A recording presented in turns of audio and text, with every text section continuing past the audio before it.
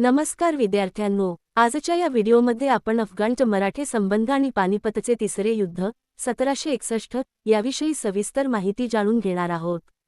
आतापर्यंत आपण युरोपियन वसाहत यामधील पोर्तुगीज, फ्रेंच, डच आणि इंग्रज व विदेशी शासकापैकी सिद्दी यांची पण आपण माहिती पाहिलेली आहे.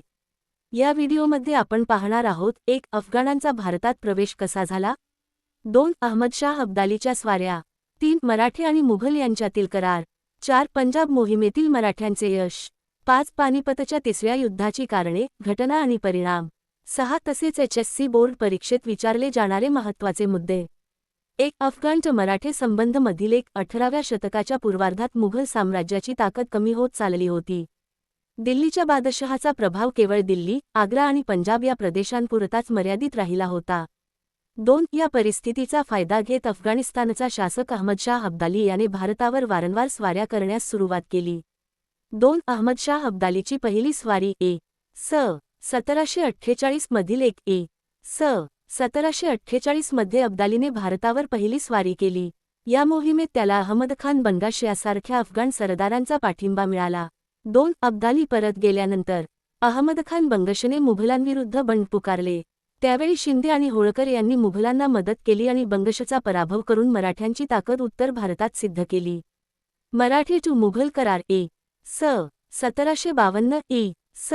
1752 मध्ये मराठे आणि मुघल यांच्यात महत्त्वाचा करार झाला. 3. या करारानुसार उत्तर भारताच्या संरक्षणाची जबाबदारी मराठ्यांवर सोपविण्यात आली. त्याबदल्यात मराठ्यांना रोहिलखंडातील चौथाई वसूल करण्याचा अधिकार मिळाला. या करारामुळे उत्तर भारतातील मराठ्यांचा प्रभाव मोठ्या प्रमाणात वाढला. 3. अब्दालीची तिसरी स्वारी स. 1757 मधील 1 स. 1757 मध्ये अब्दालीने पुन्हा भारतावर आक्रमण केले. त्याने दिल्ली आणि मथुरा या शहरांची मोठ्या प्रमाणावर लूट केली. संपत्ती आणि खजिना घेऊन तो पुन्हा अफगाणिस्तानला परतला. 2. या लुटीमुळे उत्तर भारतात भीती आणि अस्थिरतेचे वातावरण निर्माण झाले. 4. पंजाब मोहीम मधील 1. अब्दाली परत गेल्यानंतर मराठ्यांनी शिखांच्या सहकार्याने पंजाब मोहीम सुरू केली. 2. या मोहिमेत मराठ्यांनी सरहद प्रांत जिंकला, लाहोरवर ताबा मिळवला आणि पुढे अटक शहरापर्यंत मराठ्यांचा विजयध्वज फडकवला. मराठा साम्राज्याचा विस्तार त्या काळात आपल्या सर्वोच्च टप्प्यावर पोहोचला होता. 5. अब्दालीची चौथी स्वारी स. 1759 मधील मराठ्यांची वाढती ताकद पाहून अब्दालीने स. 1759 मध्ये पुन्हा भारतावर आक्रमण केले. 2. मराठा सरदार दत्ताजी शिंदे आणि जनकोजी शिंदे यांनी शूरपणे प्रतिकार केला. परंतु या संघर्षात दत्ताजी शिंदे यांना वीरमरण आले आणि अब्दालीने पंजाब तसेच दिल्लीवर पुन्हा आपला प्रभाव प्रस्थापित केला. 6. पानिपतचे तिसरे युद्ध 14 जानेवारी 1761 मधील अफगाणांचा कायमचा बंदोबस्त करण्यासाठी पुण्यातून मोठी मराठा मोहीम उत्तर भारताकडे रवाना झाली. या मोहिमेचे नेतृत्व होते सदाशिवराव भाऊ विश्वासराव पेशवे. 2. 14 जानेवारी 1761 रोजी यमुना नदीजवळील पानिपत येथे मराठे आणि अहमदशाह अब्दाली यांच्यात इतिहासातील अत्यंत भीषण युद्ध झाले. हे युद्ध पानिपतचे तिसरे युद्ध म्हणून ओळखले जाते. मराठा सैन्याने अतुलनीय शौर्य दाखवले, परंतु दीर्घकालीन रसदाभाव, मित्रपक्षांची अपुरी साथ आणि कठीण परिस्थितीमुळे त्यांचा पराभव झाला. 3. या युद्धात सदाशिवराव भाऊ वीरमरण पावले. विश्वासराव पेशवे युद्धात मारले गेले. हजारो मराठा सैनिकांनी आपल्या प्राणांची आहुती दिली. 7. पानिपतच्या तिसऱ्या युद्धाचे परिणाम. मधील मराठा साम्राज्याला मोठा लष्करी धक्का बसला. अनेक पराक्रमी सरदार आणि सैनिक युद्धात मारले गेले. 2. उत्तर भारतातील मराठ्यांचा प्रभाव काही काळासाठी कमी झाला. मात्र काही वर्षातच महादजी शिंदे, नाना फडणवीस आणि इतर नेत्यांच्या प्रयत्नांमुळे मराठ्यांनी पुन्हा उत्तर भारतात आपले स्थान मजबूत केले. 8. Interesting fact. यामध्ये 1. पानिपतच्या युद्धाशी संबंध अशी एक ऐतिहासिक परंपरा आहे की 14 जानेवारी 1761 रोजीच्या पानिपतच्या तिसऱ्या युद्धानंतर वाचलेले काही मराठा सैनिक हरियाणातील भागात स्थायिक झाले. त्यांच्यापासून पुढे रॉट मराठा समुदाय निर्माण झाला, असा दावा काही संशोधकांनी मांडला आहे. 2. आजही मराठी आडनावे रोड समुदायात आजही पवार, चव्हाण, भोसले, सावंत, शेलार यांसारखी अनेक मराठी आडनावे आढळतात. 3. मराठी संस्कृतीचे जतन. काही कुटुंबांमध्ये आजही मराठी परंपरांशी साधर्म्य असलेल्या रूढी, विवाहातील काही विधी आणि काही मराठी शब्द वापरले जातात, असे संशोधनात नमूद केले आहे. 4. हरियाणामध्ये मोठी लोकसंख्या रोड मराठा समुदाय प्रामुख्याने कर्नाल, पानिपत, रोहतक आणि भिवानी परिसरात आढळतो. 5. शिवाजी महाराजांविषयी आदर. अनेक रोड मराठा कुटुंबांमध्ये छत्रपती शिवाजी महाराज आणि राजमाता जिजाऊ यांच्या प्रतिमा व स्मरणपरंपरा जपल्या जात असल्याचे काही वृत्तांत सांगतात.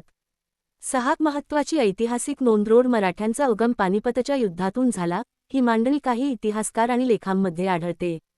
7. मात्र सर्व इतिहासकारांमध्ये याबाबत पूर्ण एकमत नाही. त्यामुळे ही माहिती ऐतिहासिक परंपरा किंवा संशोधनातील एकमत म्हणून मांडणे अधिक योग्य ठरते. 9. बोर्ड परीक्षेसाठी महत्त्वाचे मुद्देमधील 1. इ. स. 1748 अब्दालीची पहिली स्वारी. 2. इ. स. 1752 मराठे टू मुघल करार. 3. इ. स. 1757 अब्दालीची तिसरी स्वारी. 4. पंजाब मोहीम, लाहोर आणि अटकपर्यंत मराठ्यांचा विजय. 5. इ. स. 1759 अब्दालीची चौथी स्वारी व दत्ताजी शिंदे यांचे वीरमरण. 6. 14 जानेवारी 1761 पानिपतचे तिसरे युद्ध. HSC बोर्ड एक्झाममध्ये विचारले गेलेले प्रश्न. प्रश्न 1. दिलेल्या पर्यायांपैकी योग्य पर्याय निवडून पुढील विधाने पुन्हा लिहा. 1. अब्दालीने भारतावर केलेल्या चौथ्या आक्रमणाच्या वेळी झालेल्या पंजाबच्या लढाईत रिकामी जागा यांना वीरमरण आले. उत्तर दत्ताजी शिंदे. प्रश्न 1 ब. पुढील संख्या मधील ब गटातील चुकीची जोडी दुरुस्त करून लिहा. 1. अ गट. ब गट. 1. चिमाजीआप्पा पोर्तुगीजांचा वसईचा किल्ला जिंकला. 2. सदाशिवराव भाऊ वडगावच्या लढाई मराठ्यांची नेतृत्व. 3. दुसरा बाजीराव इंग्रजांच्या आश्रयाला जाऊन वसईचा तह केला. 4. रघुनाथराव लाहोर जिंकून अटकपर्यंत स्वारी चुकीची जोडी. सदाशिवराव भाऊ वडगावच्या लढाईत मराठ्यांचे नेतृत्व दुरुस्त जोडी.